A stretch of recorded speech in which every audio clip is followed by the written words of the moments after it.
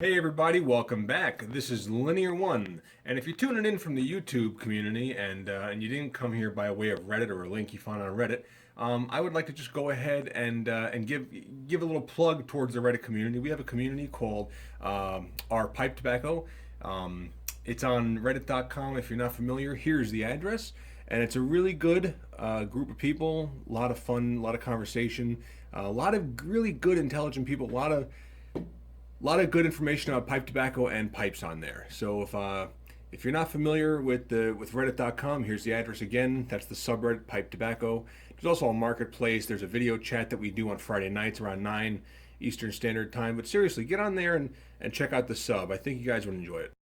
Well, now that's enough of my shameful plug for the Reddit community. I want to show you guys. I wanted to do an opening and unboxing of this Captain Black Grape pipe tobacco here. It's really good. I didn't have a chance yesterday to do the footage for it. I opened it and smoked a little bit of it just to see what it was all about. I've had some before mixed in with some other blends, and we're going to talk about that later. But just in case if anybody's never seen this is a 12-ounce can of Captain Black. So it's not even a pound. Not cheap. You know, you'd think this would be a cheap tobacco, but this was $42.80, I think, for 12 ounces, which that's not even a pound. I mean, you can get you can get a pound of anything. You can get usually stuff is around $36 to $38 a pound for some bulks like a McBaron or a Lane bulk or something. This is actually expensive tobacco for what you're getting. Now, if you open up the lid, you'll see this is the mixture of tobacco.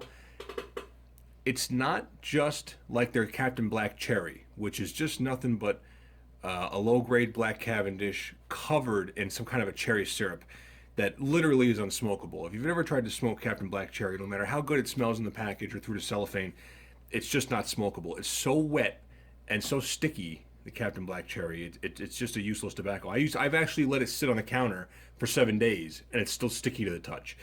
This is different though. You see how loose and drier this is?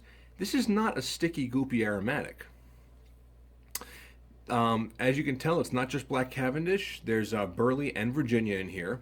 And while I'm not going to go on about the nuance and how brilliant the bright leaf Virginias are that they say they have here, but you actually can taste the Burley and the Virginia as a blend. You can taste them. You can taste the components of the tobacco here. It's not the worst Burley and Virginia you've ever had. Definitely much better than, let's say, Prince Albert or Carter Hall or anything. But it's fair.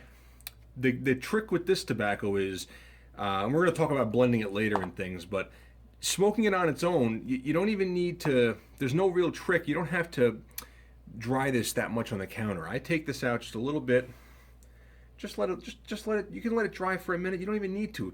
This tobacco, as an aromatic, smokes right out of the can without any issues. I'm really shocked by it, and the flavor is really good. If you smell it, I gotta say, it's got the most pleasing aroma you'd ever find in an aromatic. I really think it is. Everybody likes to say that it's got a high C smell or something, or that it's so terrible you could smell it through the can. No, you can't. It's not that powerful. In fact, I think it's rather mild. I think Captain Black Cherry is far more stinky than this. But this tobacco here, to me, I smell Welch's white grape juice and raisins is what I smell. I don't smell anything else. Just Welch's white grape juice, specifically like a powdered grape juice is what I smell, and and raisin smell. All right, I packed a bowl and I lit it up, and I've been smoking it just for about a minute just to get it going. I will say this, I'm in a closed room here specifically because I wanted to smell the room note in addition to what I'm actually inhaling from the pipe. It stays lit, it burns without too much of an issue. Definitely not your typical goopy aromatic. It's just not a goopy aromatic. Really burns well. I genuinely taste the burley component, and the Virginia is a very delicate component. You get it every other puff. You can taste a little bit of that sweet Virginia. It's not particularly strong. You're not buying this for the Virginia flavor. You're buying this because you want an aromatic that's got a little bit of body and a little bit of punch to it. This does taste like real tobacco with a little bit of grape flavoring.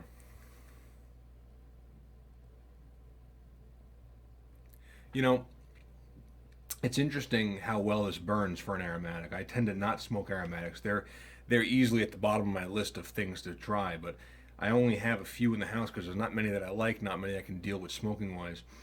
I smoked this in a Peterson yesterday actually because I was afraid of the moisture and the steam, and I wanted that whole, you know, how the Petersons, they have the system that's supposed to keep the steam out of your mouth. And I specifically wanted to try that. I didn't think it ghosted the pipe. Again, I only had one bowl of it.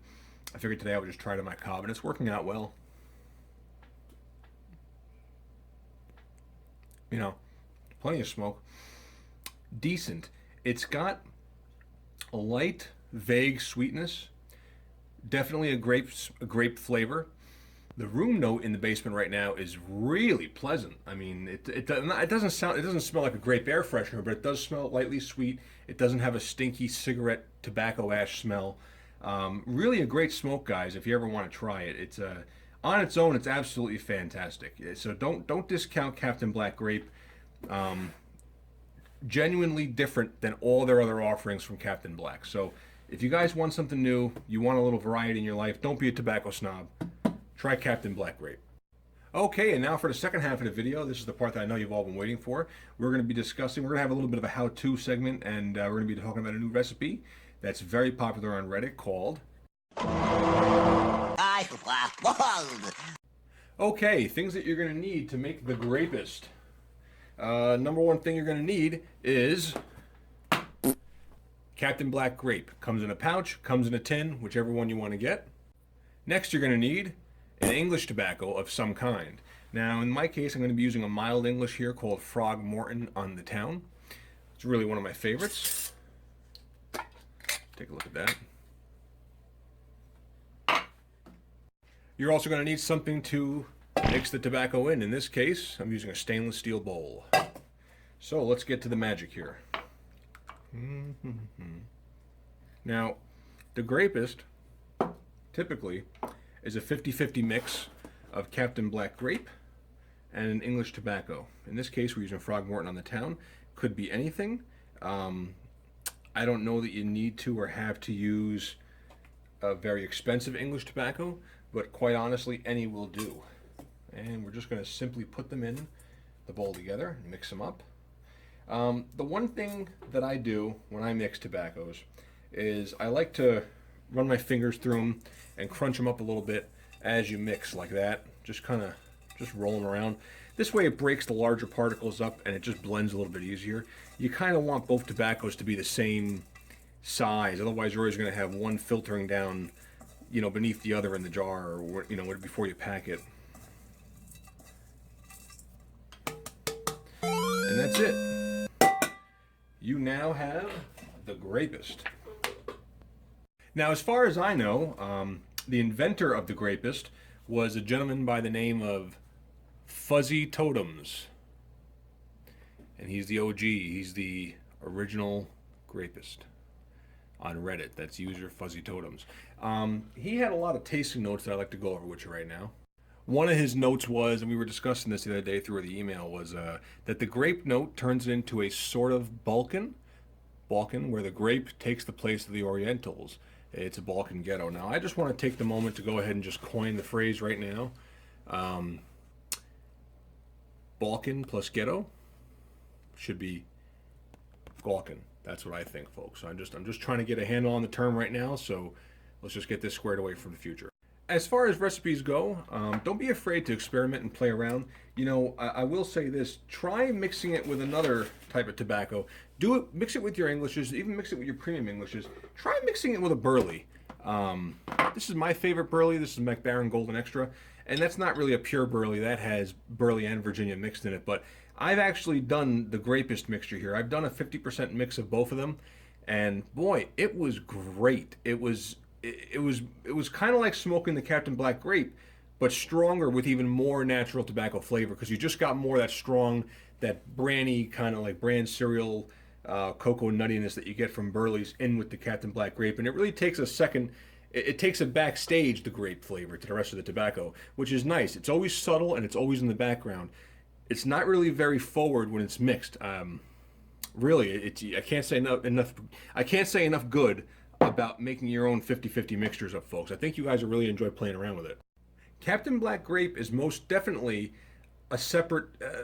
It's definitely a separate genre of aromatics compared to the typical Virginia and Burley drugstore blends that are just, really, really, really crap tobacco just covered in a liquor that makes it taste like.